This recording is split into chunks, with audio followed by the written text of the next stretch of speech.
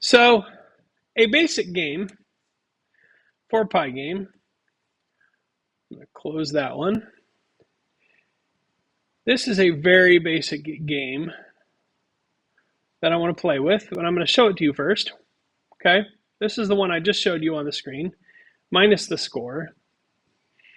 And all this does is send missiles at random speeds or randomized speeds within a range.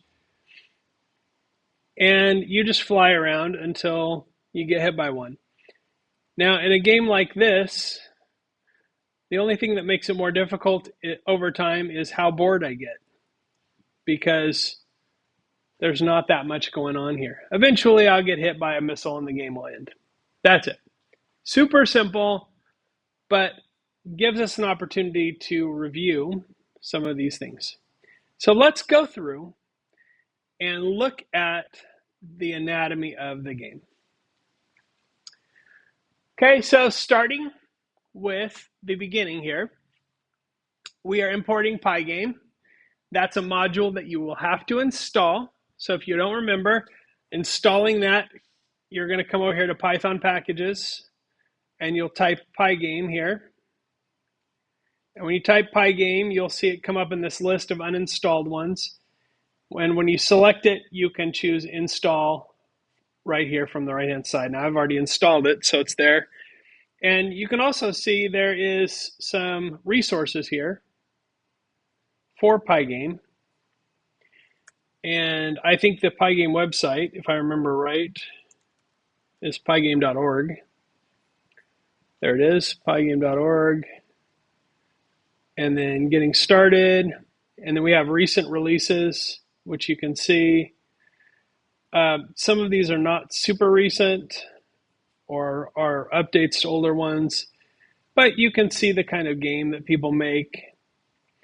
Pygame is also really good, by the way, if you're not doing games, but if you rather want to do interactive animations, those are really good. So we got a Pac-Man clone, we've got battle tanks, there's a whole bunch. So you can look at those, you can, what's that? Pygame.org. Pygame.org. And it's got all the documentation for Pygame, which is a little overwhelming, but that's a great place. So once you install the Pygame library, you're going to import Pygame, you're going to import random.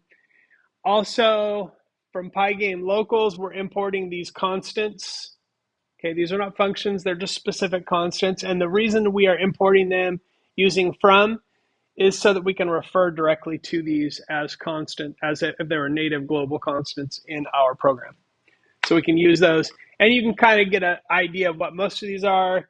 Up key, the up key, the down key, left, right key, the escape key. This is just a generic key press event. And quit is what happens when the window is closed or the game ends. RLE Excel is a graphics accelerator constant that you don't need to worry about, but you will use it to improve the quality of the game. I'll show you how. Okay,